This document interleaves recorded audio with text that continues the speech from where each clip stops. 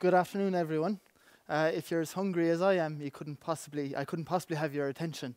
So I'm going to debase myself by telling a reasonably embarrassing story from my past, just to get you back inside.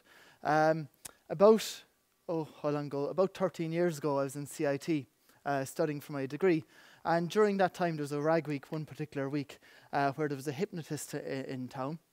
And I, being the fool that I am, decided I was going to volunteer for this hypnotist to see what he could do with me and see if I was maybe somewhat immune to it. I wasn't. Part of the thing that went on that day was people were brought up on stage and they made various fools of themselves in different ways. But one of the things that we were asked to do at one stage was to tell a story. And this story was to be a complete lie, right? But we were to tell it very convincingly. The fact that it was to be a complete lie has been forgotten. Okay, so many people told stories about famous celebrities that they'd met and that they had slept with and so on.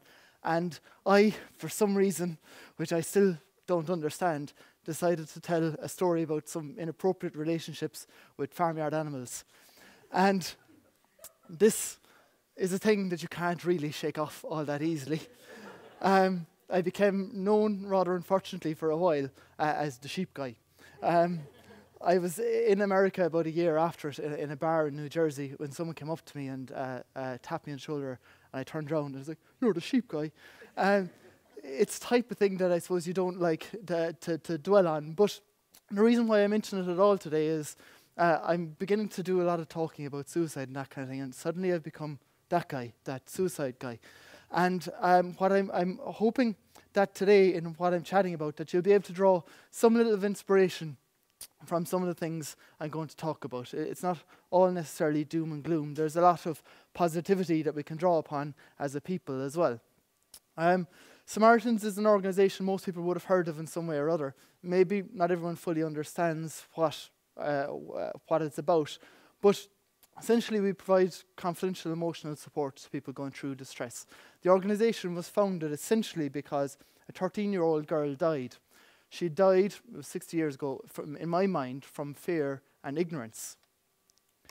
She was 13 years old, she had her first period, and she didn't know what was happening to her. She thought she was possessed, and she took her own life. And it is from that Samaritans evolved into the organisation that it is today. 500,000 calls we took last year in this country. We're as busy as we've ever been. But it's impossible to talk about suicide in this country without talking to people who want to solve it, who want to fix it. And I can understand that. It has devastated so many communities, it has destroyed so many lives that you absolutely would want to fix it. And I'm reminded of an episode of The West Wing, which you may be familiar with, where Martin Sheen, who played President Jed Bartlett, was faced with a personal crisis in which he felt ineffective. So to compensate for it, he decided he was going to launch a plan to cure cancer within 10 years. He opined, we got man on the moon when no one thought that was possible. So I often think about suicide in those terms, and though this is somewhat deflating, I actually don't think it's the same kind of thing. And I'll tell you why. When we talk about cancer and curing cancer, what we're really talking about is science. And you can lock 100 or 1,000 scientists into a room and give them enough time and money, and they'll probably come up with a cure for whatever it is you're looking for. If you were to take the same approach with suicide, you would have to lock the 7 billion of us up into a room, because it will take the 7 billion of us to change, and not just to act or to react, but to actually change. And that's quite hard. But there are things that we can do short of that. When we talk about suicide, again, we often talk about mental illness. And there's no doubt a lot of people who die by suicide have mental illnesses. And again, there's no doubt that we need to pay attention to that. However, there are a lot of people who die by suicide who don't have mental illnesses. And I think it's important to draw that distinction. Just drawing upon my own personal situation, I'm thinking back to a time maybe 15 or 16 years ago. I was gay. Well, I still am actually, in fact, didn't wear off. And I was finding it very difficult at that point in time. I'd be damned then or now if anyone told me I had a mental illness, but I absolutely, definitely needed support. And that was support that could have brought me from a place of risk to a place of safeness. And luckily, I was able to find that within my own life. The other thing about talking about mental health is that it's very much out there. That's you. You know, I don't have any mental health problems. When we start talking about instead emotional health, I think it brings us back into us. And I think that's really important. It moves it from the head to the heart. And that's actually where we're much more effective at dealing with problems in my mind. That's much more open really than the mind, because the mind has been poisoned a lot of the time. We have a tendency to over-intellectualize mental health and emotional health, and to over-intellectualize sadness and those kind of issues. There are other issues as well around suicide that I could talk about for quite some time, but the one I want to focus in on is intolerance. I think it's a thing that doesn't get talked about a lot. Now, I consider myself a very tolerant person. I go to work every day in Waterford, and I treat them as if they were Cork people. That is not easy to do. I do all right as I go over Yall Bridge, kind of invoke the gods that I won't catch a Waterford accent, which is an affliction, is the only word to describe it. I mightn't have a job Monday morning. But it is a thing that's really important. And I suppose I've been very lucky in life.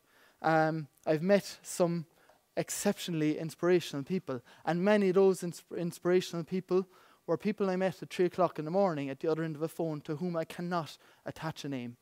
People who endured what to me seems absolutely unendurable. People who have hit the bottom of the barrel for a variety of reasons and are still looking to the top to see how they can get out. People who've skirted with the notion that their lives are not worth living, but are still willing to get up the next morning and face the day in the hope that it'll be better.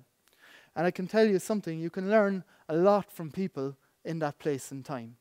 And some of these things won't surprise you. You'll know that depression hurts like hell, and that grief can rip you asunder, and that regret has absolutely got no pair. But what you mightn't have expected is that a lot of what contributes to people's difficulties are not the intrinsic things always, but sometimes the extrinsic stuff, the other people. Not all other people, but some other people, and their behavior and their attitudes. And it's easy to lose sight of that. We often comment on the fact that people don't talk anymore. You know, we're a nation of talkers, but we don't really talk about the important stuff. And I wonder, do we ever actually ask why? And sometimes we'll think back to the historical reasons around the church and maybe the history of being occupied and so on, and that is maybe part of it. But there's also something about society that I think we have to question. Do we provide an environment that's conducive to people talking about important stuff without fear?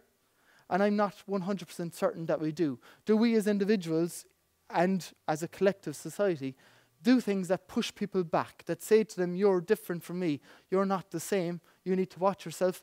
No, not for you. And I think we do. And that to me is a problem that we need to overcome. And you know, it's easy to reflect on all the progress we've made as a society, and it is absolutely warranted and true, but we still live in a city where, for example, 2 gay men can't walk down the main street safely, or at least feeling safe, even though they might be very much in love. We live in a city where if you hop into any taxi, there's more than a small chance you'll hear how all Nigerians are the same and that they're lazy and useless. We live in a city where in a schoolyard, a typical one, the word gay will be bandied around like an insult. Are we daft enough to assume that those things have got nothing to do with suicide? Are we daft enough to think that they're not reflected in the 600 people a year who die by suicide? Travellers, as was mentioned earlier, have an exceptionally high rate of suicide. Is it a coincidence that this is a group of people so exposed to hatred and vitriol that when we burn them out of their homes, like we did recently in Kilkenny, that it merits merely a murmur from the political establishment? These things are not separate from suicide. They are part of the problem, and they are part of society, and because they're part of society, they are our problem. And it's so easy to lose sight of that. One of the most inspirational people I met recently was a woman from the Midlands. She would be in her late 30s or maybe early 40s, and you have to be careful mentioning women's ages, but and it's on video, I'm screwed. she was the mother of a 14-year-old transgendered boy. Her son had been born in the body of a girl. Now, I can kind of see, even as I mentioned, that jars of people. It's something that's hard to imagine. And I know from talking to her, it was at an event I attended, that she resisted it so much initially. She questioned it. It turned her life upside down, as I'm sure you can imagine. But ultimately, she accepted it. She accepted that her daughter, in her mind, was now her son. And she calls him by his name. And it was just remarkable to see it, the openness with which she accepted her son. She is fighting battles for him that you or I can't really even imagine. Little things and big things, and she's doing it with gusto. And it is really just incredibly inspiring.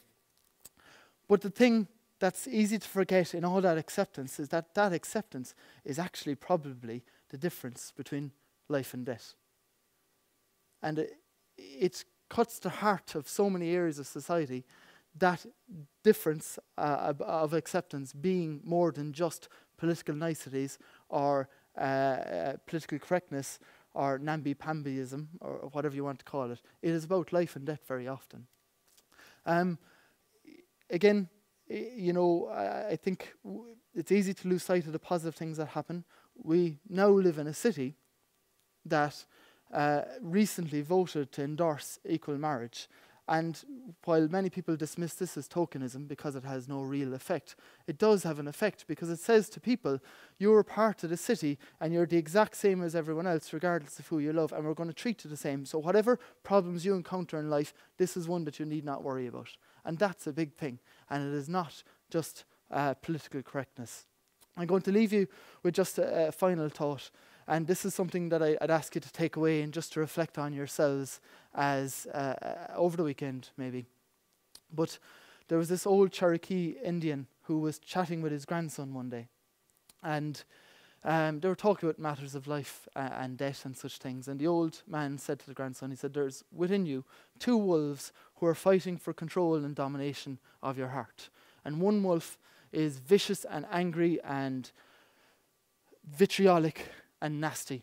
And the other wolf is compassionate and understanding and kind and generous. And the little boy said, which wolf wins? The wolf that wins is the wolf that you feed. And it is as simple as that. If you feed prejudice, it will grow, and it is not separate or removed from suicide. Tolerance never costed a life.